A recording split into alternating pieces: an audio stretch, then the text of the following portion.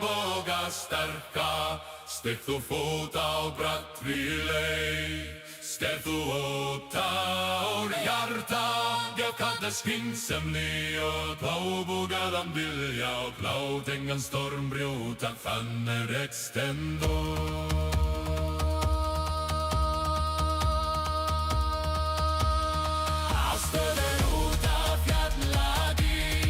Jag skoa mer våga stärka, stick du fot av brattri leir. Skrev du åtta år hjärta, gev kalda skinnsemi och påbogadan vilja och låt ingen storm brota, fanner extendo. Jag skoa mer båga stärka, styrk du fot av brattri leir. Sker du åta år hjärta, gev kalda skinnsemi och påbogadan vilja och låt ingen storm brota, fanner extendo. Áskuðu lúta fjalladís. Jag skoa mig våra stärka, stick du fot av brattri leir. Sker du åta år hjärta, gev kalda skinnsemi och påbogadan vilja och låt ingen storm brota, fanner extendo.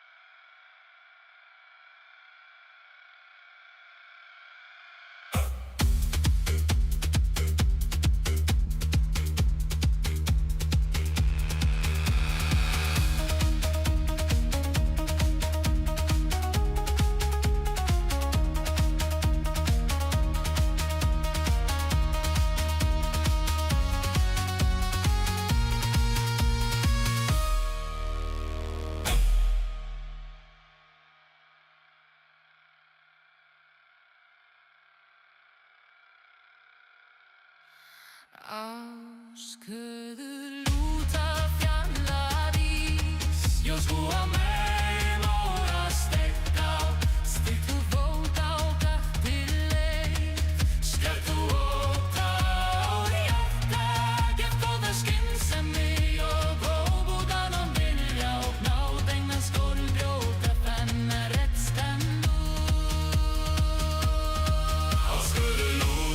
fjalladís. Jag skoa mig båga stärka, styrk du fot av brattri leir.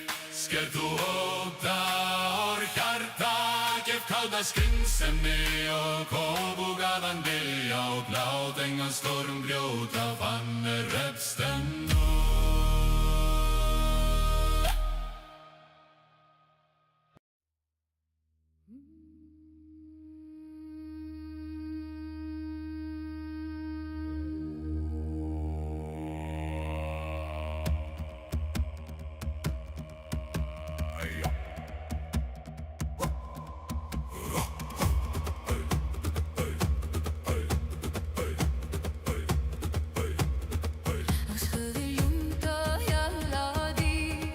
Jag skoa mer båga stärka, Styrk du fot av brattri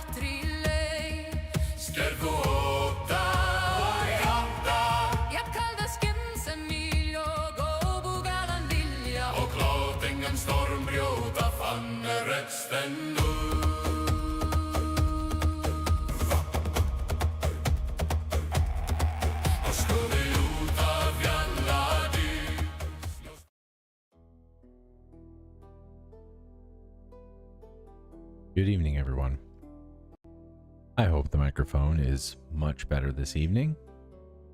And welcome to the Saturday night Heathen Asatru Norse Pagan prayer service. My name is Reverend Ben Kowalski-Grehek. I am a Gothi with the Troth. Let's begin. Welcome, welcome. If you are curious about heathenry, Asatru, Norse paganism, you've never prayed before, don't know how to do it, we are here to help you. Let this be a schematic upon which you can build your own practice. Here's what we're going to do together this evening. The first thing we're going to do is we're going to go through education. Education being, we're going to talk about this threefold method that you see here over to your, it's your right, my right, this thing here. We're going to talk about this, where it comes from, how I came up with it, and what we do step by step. Next, we're actually going to do this together. Each step's going to be outlined for you on the screen, so you'll know what to do if you want to play along at home. If you don't and you just want to watch, hey, I'm not judging. How could I? I can't see you. And even if I could, I would not.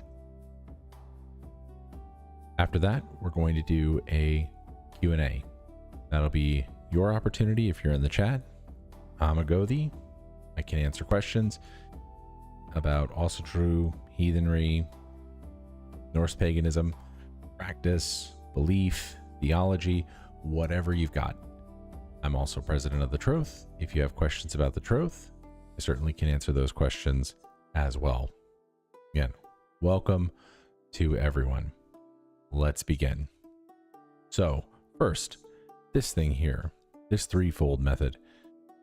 Is this an authentic, pre-Christian, Asatru prayer pulled straight from the pages of the sagas?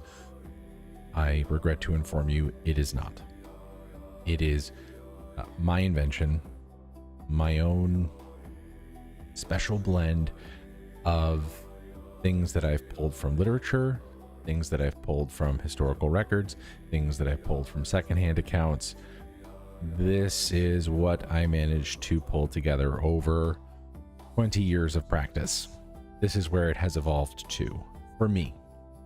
So I am demonstrating to you the way that I do things.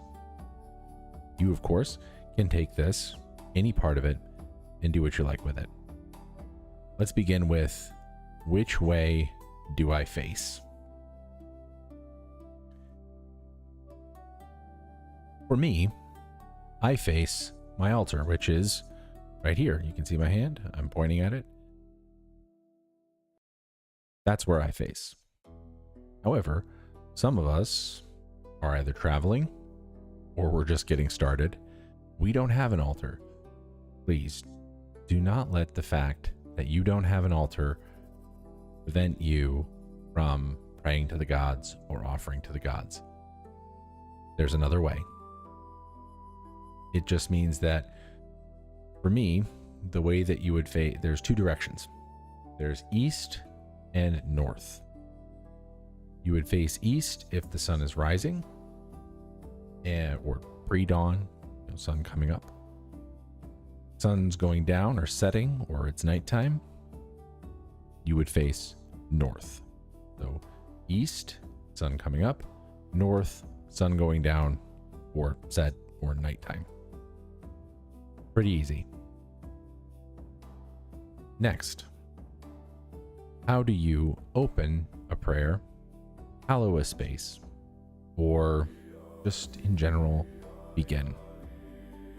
Well, for those of you out there who are old school, and I know a few of you are, you know about the hammer rite. This is what we used to do back in the day, and some of us still do it. You'll remember this. Hammer in the north, hail and hallow this holy stead. Hammer in the east. This is my shift hammer. Hammer in the east, hail and hallow this holy stead. Hammer in the south, hammer in the west. You know what I'm talking about. Hammer above, hammer below. You know what I'm talking about, those of you who are old school. That is a little bit too high magic for me. So what's another thing that people do? Another thing that you might see people do is they'll take a candle. This is my makeshift candle, makeshift fire. And they take this and they circumambulate the space, usually with a chant to bless, sacralize the space around them. This too, for me, is impractical because, as I will demonstrate, here is my right hand. It is now touching a desk. Here is my left hand. It is now touching a wall. I don't have a lot of space to circumambulate down here. I'm imagining that perhaps neither do you. A circumambulation kind of rite would be really well suited to some of the bloats that you see online from other groups who have a designated practice area somewhere out in the woods, right? Somewhere isolated in the woods where they go out and they practice and they do either a hammer rite or some kind of circumambulation that looks really cool. But there are those of us, myself included, who are quite urban bound, or we have limited space. Maybe you out there also have limited space in an apartment or just a room in your house. What do you do? Easy. Took a tip from our friends from the East. Get something to ring, a bell or a singing bowl. That works just as well. Or if you lack all of those things, you can simply clap your hands. Once again, do not let the lack of implements limit your practice. Whether you have an altar or not, that doesn't mean whether or not you can pray. You can still pray without an altar. Whether you have something to ring or not, worry not, you can still practice. You can still do this. Okay, you still got your hands. Even if you don't have both hands, you could do like a HBK thigh slap. 3 times is what we do. So ring 3 times, clap 3 times. That's how we open the space. Next, I then bow to the space, bow towards the altar, bow in the direction that I'm praying, and I come to kneeling, as I'm doing right now. After coming to kneeling, I do a blessing of myself, touch my hand to my forehead, say bless my thoughts, touch my hand to my throat, say bless my words, extend my hands in front of me and say bless my deeds. This is a quick blessing that actually I got from our Zoroastrian friends. I thought it was a nice addition. After doing that, after that blessing, we then begin the prayer proper. Some of you might be asking, what do I say during Norse pagan prayer? What is there some set script I can read from? I wish I could tell you that we have some set script that we all agree upon. We don't. There's nothing handed down from antiquity that says, this is what the ancient pagans said during prayer. I'm sorry, we just don't have it. However, we do have poetry from that time period. And what we can do with that poetry is we can turn that and repurpose that into prayers. And I know people that do, and I'm no different. And the one that I use, and the one that a lot of us use, is the Skrifamal. That is the speech of the Valkyrie. I believe it's verses 2 and 3.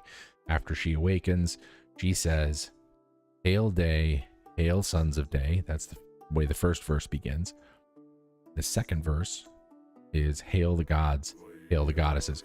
Those 2 verses, fairly well known throughout paganism, throughout Norse paganism, and we use them as a prayer.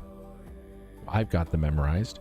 I'm sure some of you out there have them memorized. So we're going to use them together as our prayers. So verse 1, verse 2, and then after that, we're going to come up with a third verse off the top of the dome for whichever gods or goddesses that we want to name, worship this evening.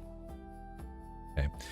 And I'm actually going to rely on you, chat, If there's any god or goddess that you would particularly like to hear a verse for this evening and would like to see prayed to or worshipped, or there's something you are hoping for, just seeking alignment with and connection with, please go ahead and put it in the chat. I will be sure to arrange some verses for you. Now, one of the things to understand about Norse pagan prayer from my perspective is that it's a lot more, and you're going to notice this, it's a lot more physically involved than most prayers that you are probably used to. Most of us in our daily lives or in our pre-heathen life are used to prayers that are fairly non-physically involved. We bow our heads, we mutter some words, and we, go about our day. Heathen prayer for me is much more physically involved. The reason I say this is because after each verse, I do a full prostration. That is to say, going full face down, hands down. I know some people object to seeing this. This is one of the things that is attested to in the existing lore, and I see no problem with doing it. Go full face down, hands down after each verse. You'll hear me speak a verse. You go full face down, hands down. I speak a verse, full face down, hands down, and so on and so forth. However many verses we do. Good to ask at this point. Do you need to do a verse to every single god? No. You don't need to name every single god for every single prayer that you do. You could just name one and do one verse. You could name one and do 50 verses if you want to for them. It's not required that you either name every god or that you only do one verse per god. We don't do that here. You could do as many verses for as many gods as you like. But again, following that pattern, verse, prostration, verse, prostration. After that, we'll do a short meditation of about 1 to 2 minutes. And the thing that I like to focus on is the idea of prayer as the divine encounter. That is to say, I, as the worshiping subject, am encountering the divine, absolute subject. And as such, we are aligning and experiencing and relating to one another.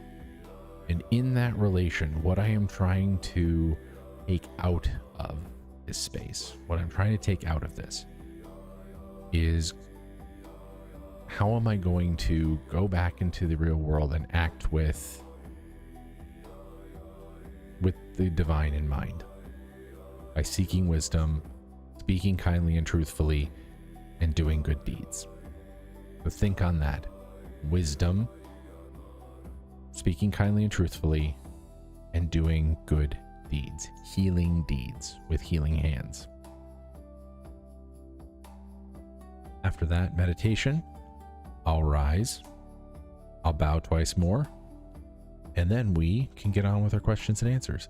The prayer itself takes, no more than about 5 minutes. All right. Now with that, I think we're ready to get started. Kat, do you have any requests this evening? Or any prayers, any gods or goddesses that you'd like mentioned? I am here to serve.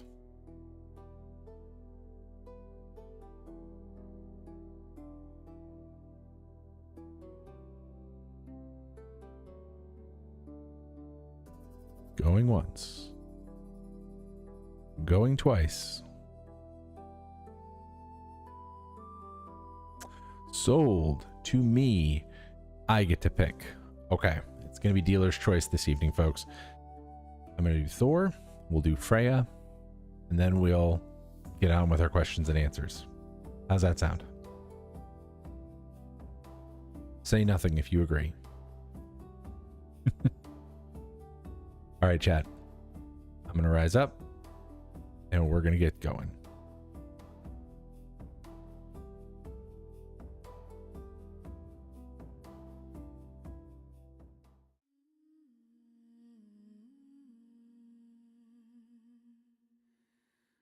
Instructions will be on the screen for what I am doing at any given moment if you are looking to play the home game.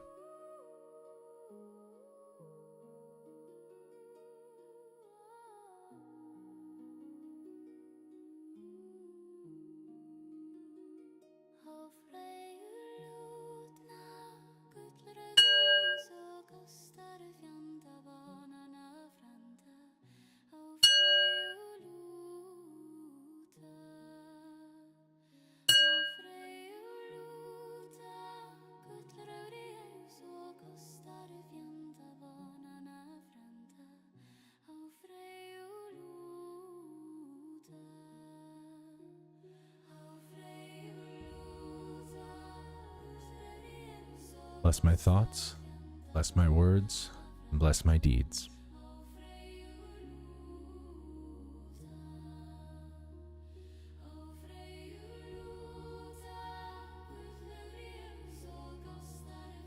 If you forgot the words to the Sigdrifamal, don't worry, I've got you right here.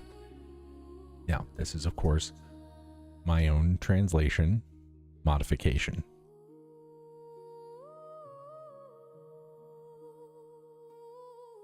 Hail day, hail sons of day, hail night and her daughter. Look upon us with kind eyes, as we who are patient find peace.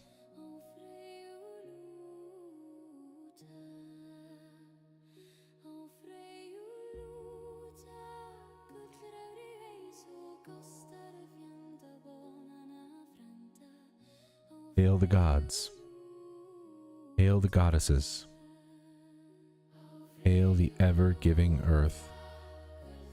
Bless us with wisdom and kind words and healing hands lifelong.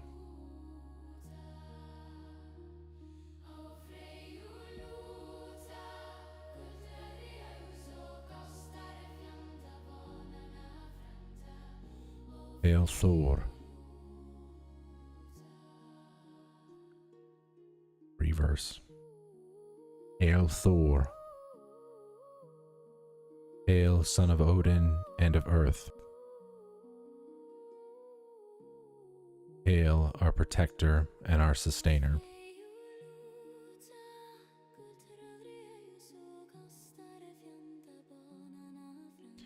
With your hammer, Thor, protect the innocent, the victims of war,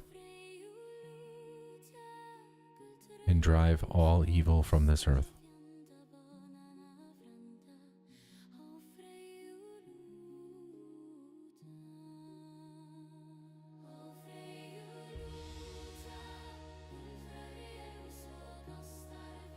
Hail Freya.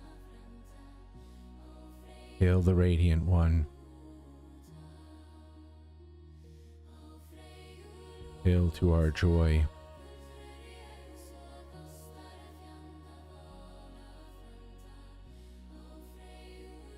And hail to the rays of day.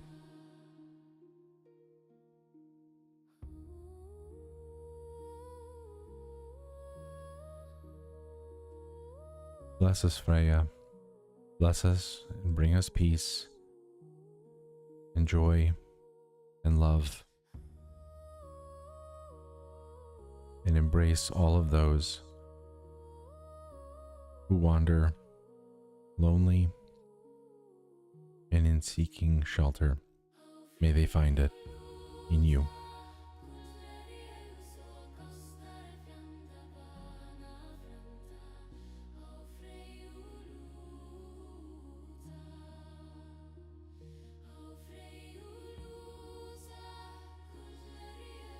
All right, now let's meditate together about 1 to 2 minutes. I'll let you know when the time's up. We'll meditate on thinking about seeking wisdom, speaking kindly and truthfully, and doing good deeds.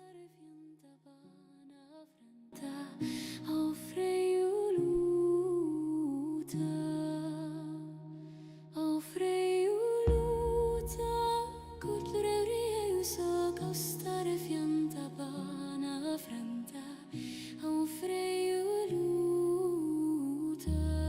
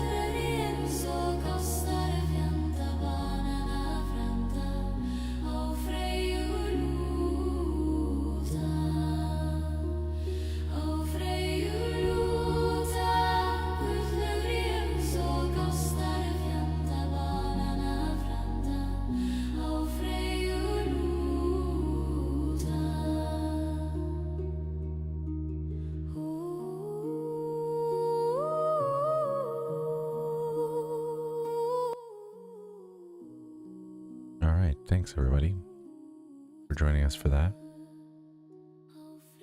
Let's stand, bow twice more, and then we can get to our Q&A.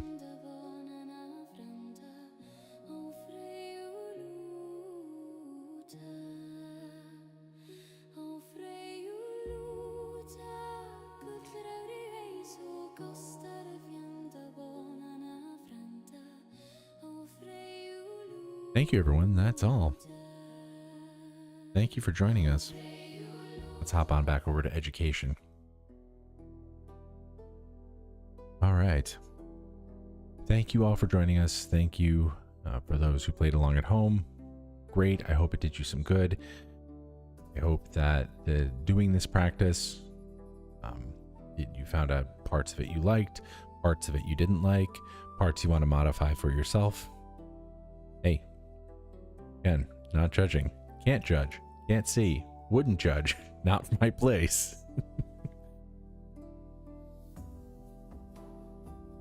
But again, thank you for joining me for this. We do certainly enjoy having new people come by to learn, to lurk, whatever it is you guys want to do. And if you guys have any questions, we probably have a few minutes. I'd be happy to answer them. Otherwise, I'm just going to go off on whatever I feel like.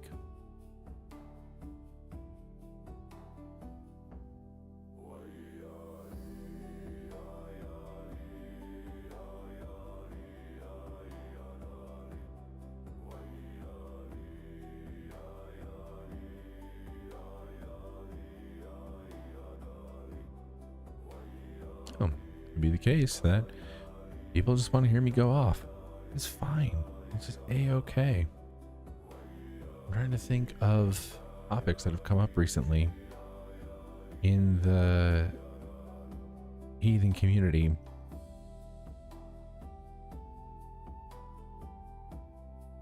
Things that I've had to answer.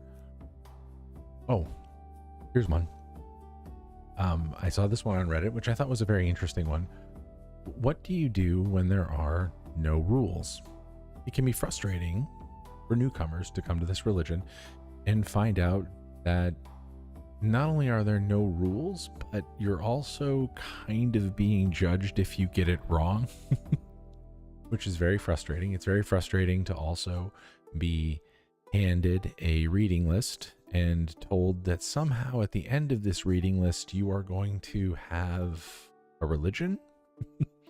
And then when you get to the end of the reading list, you don't. You don't feel any closer to having a religion than you did when you started the reading list. You find the same poetry and sagas that everyone else does. You might be able to piece something together of your own practice, but it's still very much your own. And it can be frustrating for newcomers to just not have that. To not have any kind of orientation as to whether or not this is something I even want to do. It almost feels like you have to read a whole reading list to even figure out if this is a religion you want to have anything to do with in the first place. I get it. I understand. This is part of why we do this series. Part of why we have the educational programs that we have. I do appreciate a good reading list, and I appreciate the DIY aspect of heathenry, certainly do. I mean, I'm as nerdy as the next person. I love reading. I still remember back to when I first started reading the sagas and the Eddas and how exciting those were to me. But in the end, I learned this religion the same way a lot of you out there do, and I just learned by doing and applying and combining my own influences. As you can probably tell, some Buddhism made its way in there. But combining my own influences from my own life into the religious schematic that I was learning from both the reading that I was doing, but also by being in the community. And that can be hard too. It's very hard to find community out there. It's very hard to find people to practice with and feel safe doing so. I get it. 100% I get it.